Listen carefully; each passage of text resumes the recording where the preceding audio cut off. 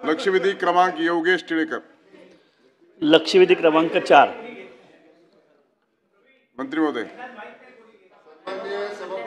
वितरित केल्याप्रमाणे सभापती महोदय, पुकारलं होतं कल्याण येथील मौजे चिकनगर शांतिदूत सोसायटी या संस्थेचा डबल होऊ नये पुनर्विकास प्रकल्प टायकून्स अवंती प्रोजेक्ट LLP विकासकाने हाती घेतले.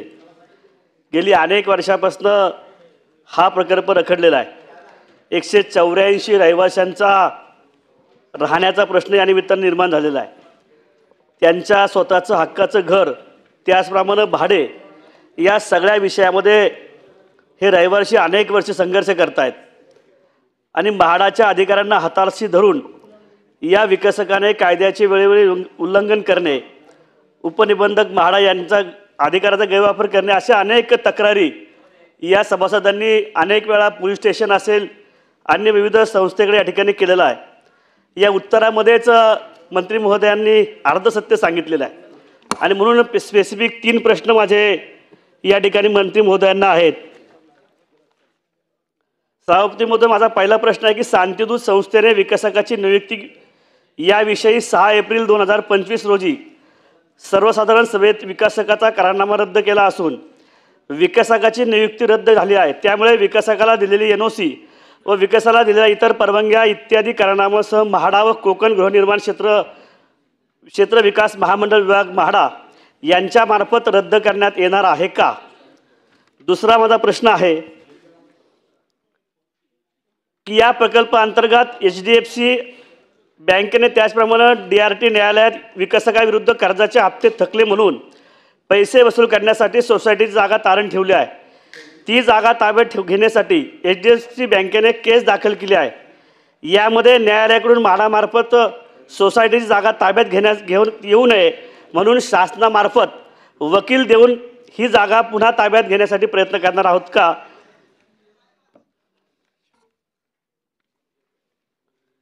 प्रश्न विचारा. हो, प्रश्न विचारतो सभापती महोदय.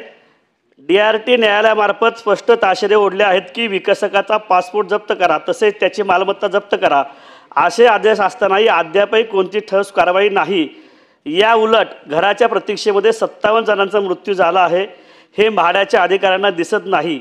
त्यामुळे या संबंधित म्हाडाच्या अधिकाऱ्यांवरती मंत्री महोदय आपण कारवाई करणार आहात का? असे 3 माझे प्रश्न आहेत.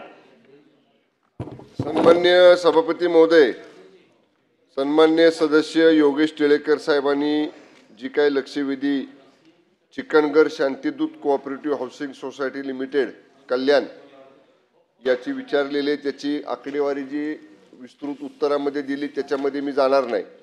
परंतु जेव्हा ह्या प्रकरणामध्ये वादविवाद निर्माण झाले विकासक आणि संस्था आणि याच्यामधले वाद पहिल्यांदा सहकार विभागाकडे गेले. सहकार विभागाने एक निर्णय दिला जिल्हा उपनिबंधकांनी, त्याच्या विरुद्ध पुन्हा मग विभागीय सहनिबंधकाकडे अपील झालं. खालचा निर्णय विभागीय सहनिबंधकांनी रद्द केला.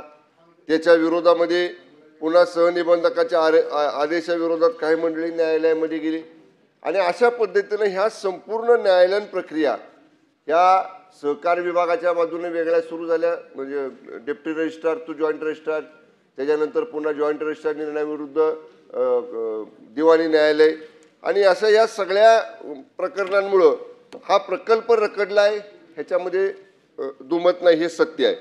परंतु सन्मान्य अध्यक्ष महाराज, ह्याच्यामध्ये 2 गोष्टी आहेत की हा प्रकल्प जेव्हा सुरू झाला 184 लोकांचा आणि एकूण 6 इमारती तिथं आहेत, तेव्हा सुरुवातीच्या काळामध्ये 2014ला त्याला 2.5 FSI होता. नंतरच्या काळामध्ये जेव्हा काही FSIच्या सूत्रामध्ये बदल झाला आणि 19ला तो पुन्हा वाढवून 3 FSI झाला. या सगळ्या गोष्टींच्यामुळं पुन्हा तो FSI वाढलेले अधिसूचना ही कल्याण डोंबिवली महापालिकेच्या विकास नियमावलीमध्ये आणण्याची आवश्यकता होती आणि ह्या सगळ्या पूर्तता म्हणजे न्यायालयाच्या बाजू मी एका बाजूला सांगितली ती वस्तुस्थिती, खालच्या न्यायालयाच्या आदेशाला कल्याण दिवाणी न्यायालय यांनी त्या ह्याला स्टे या ठिकाणी 22/4/2025 रोजी या ठिकाणी दिलेला आहे.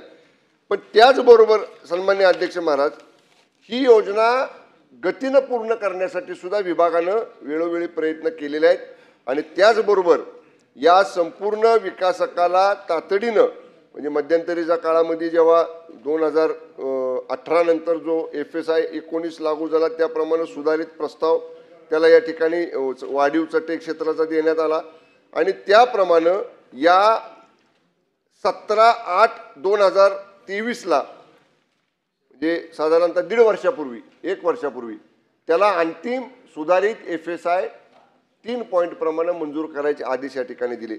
आता हे सन्माननीय टिळेकर साहेब म्हणतात ती वस्तुस्थिती आहे की त्यांनी भाडं थकवलं की ते सन 2013 जुलै ते सन 2023 जुलैपर्यंत सन 2013 ते जुलै 23 पर्यंत या 10 वर्षातलं 21 कोटीचं भाडं त्यानं दिलेलं आहे आणि ऑगस्ट 2023 ते जुलै 2025 पर्यंतचं त्याचं 10 कोटी रुपयांचं भाडं सन्माननीय अध्यक्ष महाराज निश्चितपणानं सभापती महाराज निश्चितपणानं थकीत आहे. मी सन्माननीय सदस्य योगेश टिळेकर साहेबांना हे आश्वासित करू इच्छितो की हा प्रकल्प पुढे गेला पाहिजे. स्थानिक लोकप्रतिनिधींचा आग्रह आहे तिथल्या विकासकाला तिथल्या स्थानिक लोकप्रतिनिधीला म्हाडा प्राधिकरणाच्या अधिकाऱ्यांना आणि सभासदांच्या प्रतिनिधींना 1 महिन्यात माझ्या दालनात त्यांची बैठक लावली जाईल. ह्याचा बारचार्ट त्या विकासकाकडनं घेतला जाईल. थकीत भाडं किती दिवसात देणार आणि त्याच बैठकीमध्ये यानं 6 महिन्याच्या आत हे भाडं या ठिकाणी विकासकांच्या भाडेकरूंचं दिलं पाहिजे आणि पुढच्या किती दिवसात प्लॅन पूर्ण करणार प्रोजेक्ट सगळा त्याचा बारचार्ट त्या बैठकीमध्ये त्याच्याकडनं निश्चित करून घेतला जाईल आणि निश्चित या प्रकल्पाला लवकर गती दिली जाईल.